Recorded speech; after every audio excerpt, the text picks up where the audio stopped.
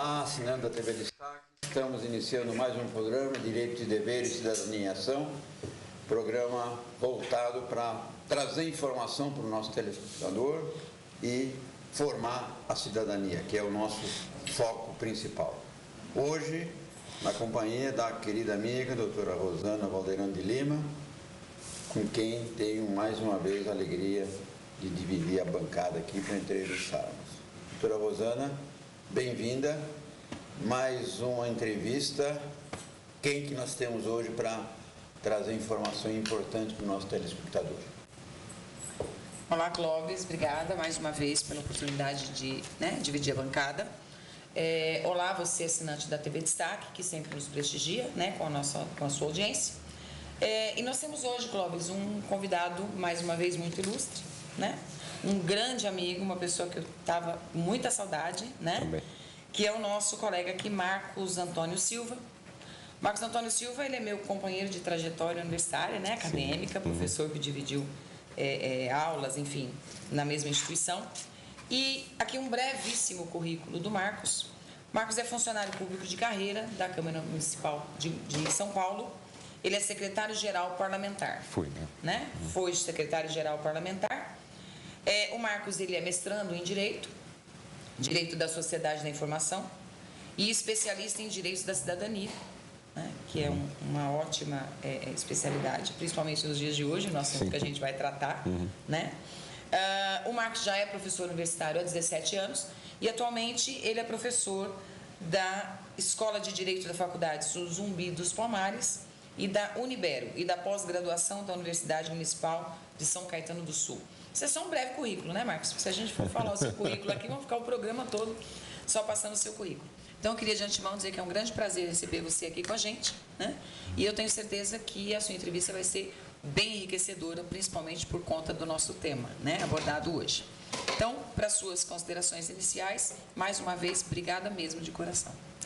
É uma grande alegria estar aqui com você, professor Clóvis, que há tempo também não encontrava. E vir a Guarulhos é sempre uma festa para mim, é uma cidade que sempre me acolheu muito bem, eu fico muito honrado de estar aqui. E pela primeira vez aqui nessa roda de debate, espero que poder deixar uma contribuição relevante. E disse bem, a primeira vez, Obrigado. Muito bem, então, o Marco Antônio Silva é mais um entrevistado que foi meu ex-aluno. Então, Pois é. Isso aí para mim é uma alegria muito Todos grande. nós, Cláudio? Uma honra, Para mim, uma honra. Isso é uma alegria muito grande para nós. Então, Marco Antônio, nós estamos esse ano aí nos aproximando de mais uma eleição. Vivemos, por certo, um momento político muito tumultuado e a origem de todas essas questões que nós temos visto no debate aí tem sempre um ponto em comum: o vício no financiamento de campanhas políticas. Sim. E agora temos uma legislação esse ano que andou dando mexida nisso aí, que é a respeito da proibição do financiamento de campanha eleitoral pela pessoa jurídica. Então, sempre, esse ano, o foco é o quê? A empreiteira tal deu tantos milhões, a empreiteira tal deu tantos milhões. E agora, esse ano, está previsto que não terá mais esse financiamento. Como é que isso está funcionando? Você que é ligado a essa questão da área política, como assessor parlamentar na Câmara de Vereadores de São Paulo há muitos anos, como é que você está vendo essa questão, que é da tua área de atuação? Bom, isso é o grande tema dentro dos partidos, Esse tema está sendo debatido dentro dos partidos políticos, porque, a bem da verdade, o que aconteceu não foi uma mudança na legislação, foi sim uma decisão judicial do Tribunal Superior Eleitoral, que foi provocado pela OAB, na ação direta de inconstitucionalidade número 4.650 de 2015. E isso incitou o Tribunal Superior Eleitoral a um posicionamento que é lógico que foi contaminado pelo enredo da Operação Lava Jato. Então, os partidos políticos acabaram se descredenciando de uma forma muito importante em relação à sociedade e demonstraram que são talvez um dos pontos centrais do esforço negativo da sociedade, ou seja, aquilo que conduz aos atos de corrupção, né? Ou seja, financiar campanhas eleitorais. Isso tudo fez com que houvesse um ato de judicialização, que foi, lógico, provocado, né? Mas que trouxe uma consequência muito além do que talvez fosse pretendida. Né? Essa consequência justamente de fazer com que as pessoas jurídicas se tornassem proibidas de entregar valores, de entregar o seu apoio financeiro às campanhas eleitorais. E ainda mais, não foi respeitado nenhum pedido de que isso fosse feito a médio prazo. Não, o tribunal definiu que isso já valeria para essas eleições de 2016 e deixou o prazo curto para que se organizassem os partidos. Além do que, houve outras mudanças além dessa, que, inclusive como forma de tentar apoiar essa decisão, que é a diminuição da campanha eleitoral para 45 dias. E a limitação... Vai diminuir o tempo de campanha. O tempo de campanha. Diminuindo o dinheiro, não tem como fazer campanha. Não tem, né? É uma questão Lógica, proporcional, né? E também o fato de limitar o investimento, seja ele de onde vier, né? É lógico, sempre no caráter oficial, que a decisão vai no caráter oficial, a 70% do maior valor gasto declarado da campanha passada. Então, só para pegar números de São Paulo, por exemplo, a Prefeitura de São Paulo, na eleição passada, registrou um valor de 67 milhões de reais. Esse ano, o máximo que poderá ser investido numa campanha à prefeitura é de 46 milhões de reais. Isso por partido, mano? Isso por candidatura. Por candidatura. Por candidatura, né? É o maior valor, né? E também nós temos para vereadores o teto, né, de 2 milhões e 400 mil reais para essa campanha de 2016, sendo que o ano passado a maior campanha declarou um valor de 3 milhões e 400 mil reais. Então, é uma diminuição muito importante e isso deixa uma série de dúvidas, né? Inclusive, como se fará a própria fiscalização. O ministro Gilmar Mendes, ele fez uma declaração de que haverá, além dessa questão, outras também, de registro, de análise do próprio perfil dos candidatos, né? São 100 mil candidatos, provavelmente, né, para essa campanha eleitoral, e que muitos desses recursos vão ser analisados depois da realização da eleição. Quer dizer, então, muita gente pode até ter resultado eleitoral favorável, positivo, e não conseguir a diplomação em seguida. Então, o resultado da eleição vai ser tido no dia das eleições e provavelmente ele vai ser modificado algumas vezes em mais de uma cidade, especialmente nos grandes centros. Depois de começar a legislatura? Não, antes, porque é antes da diplomação. Tem que né? ser Antes da diplomação, antes da posse. Né? Deixa eu te perguntar uma coisa aqui, Marcos. Eu vou até manifestar uma opinião minha. Claro. A ideia também é absorver bastante desse seu conhecimento, porque eu sou leiga no assunto, não é minha área de atuação. Né? Eu sou mais uma eleitora mais ou menos informada, digamos assim. Eu, pessoalmente, quando você fala assim, 2 milhões, 5 milhões, 40 milhões, eu, como leiga no assunto, eu acho assim um absurdo que uma campanha demande um custo. Né? Porque, na minha opinião, novamente, de leiga, isso me parece que a campanha vira só uma questão de marketing. Quer dizer, quem apareceu mais, quem gastou mais, pode ter um melhor resultado. E essa não é a ideia. Não é o mais bonitinho, não é o mais arrumadinho, não é o mais, né, penteadinho, simpático, que deve necessariamente vencer. Então, eu pessoalmente acho que é muito dinheiro. Talvez porque eu nunca tenha sido candidata e nem pretenda ser.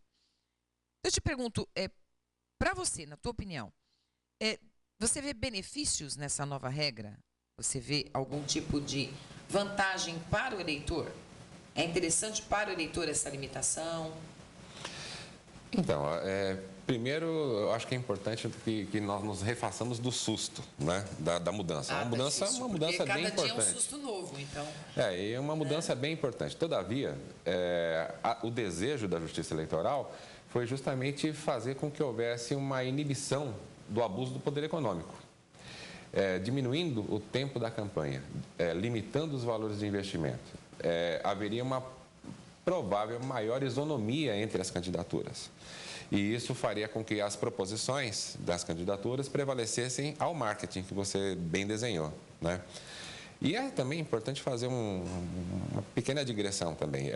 Não existe, eu vejo muitas vezes, até com bastante tristeza, que alguns membros da imprensa, alguns elementos da imprensa, até com bastante destaque, dizer, nossa, quantas vezes o salário de um vereador é necessário para justificar um investimento? Não é isso. Não é isso.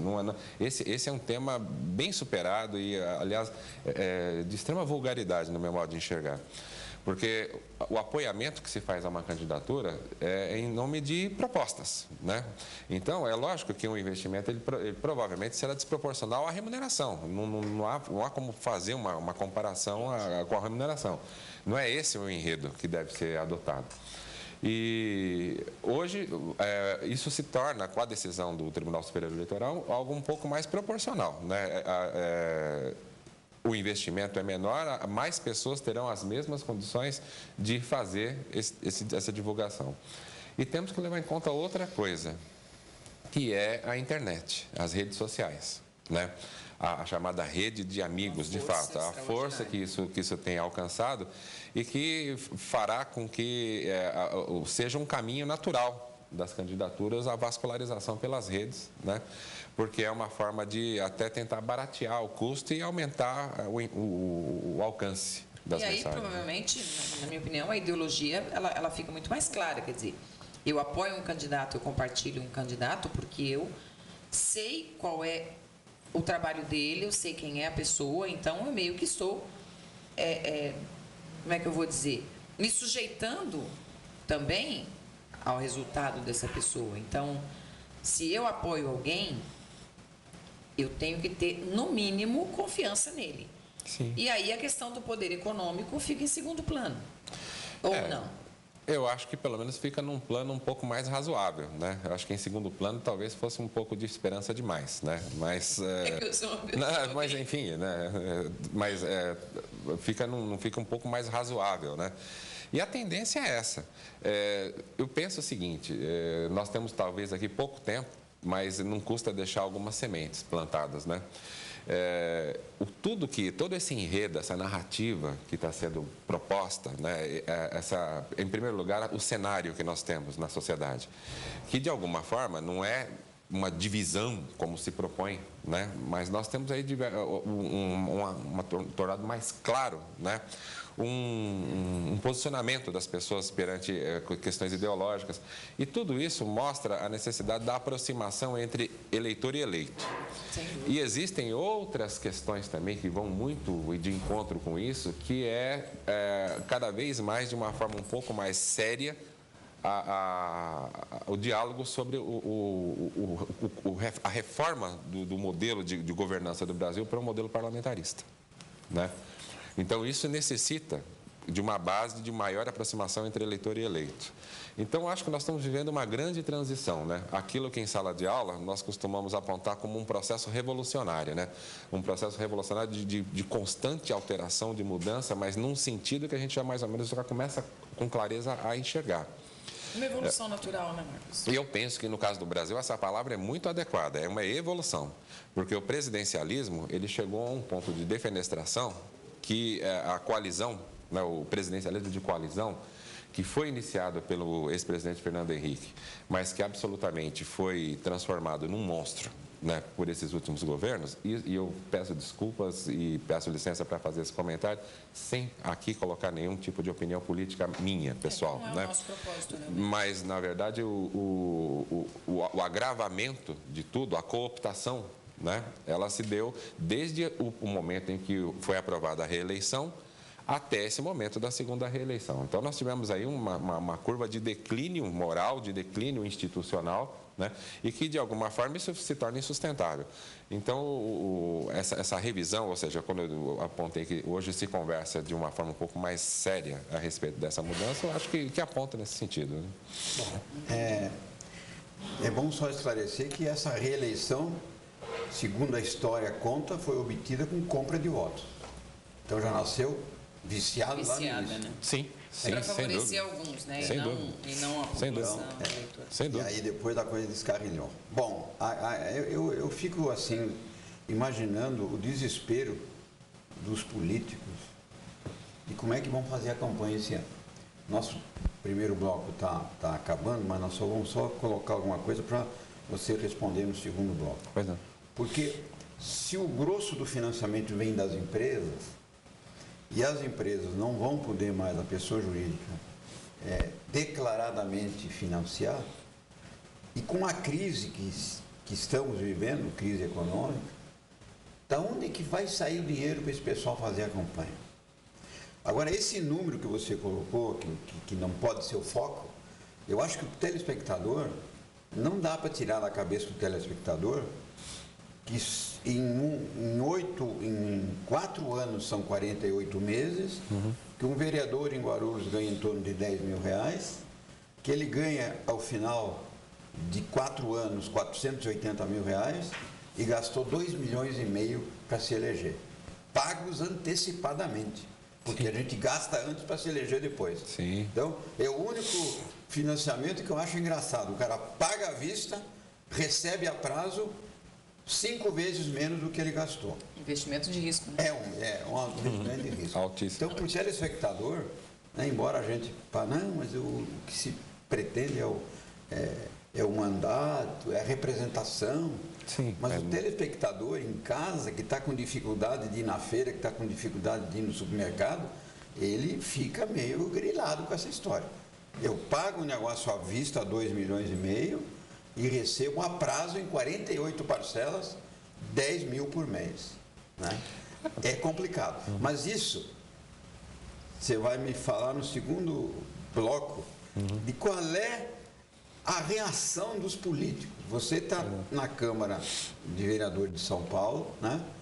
Câmara hoje são o quê? 55 vereadores? 55 vereadores. Então, 55. Você está cercado deles, né? Mais ou menos cada um deve ter uns 30 assessores. Então, você está vivendo essa angústia deles. Como é que eles vão arrumar dinheiro esse ano? No segundo bloco, o doutor Marco Antônio Silva vai dar a solução para os políticos, que eu acho que devem estar meio desesperados. Tomara tenha, né? Ficarei rico com isso. Vamos intervalo e voltamos já.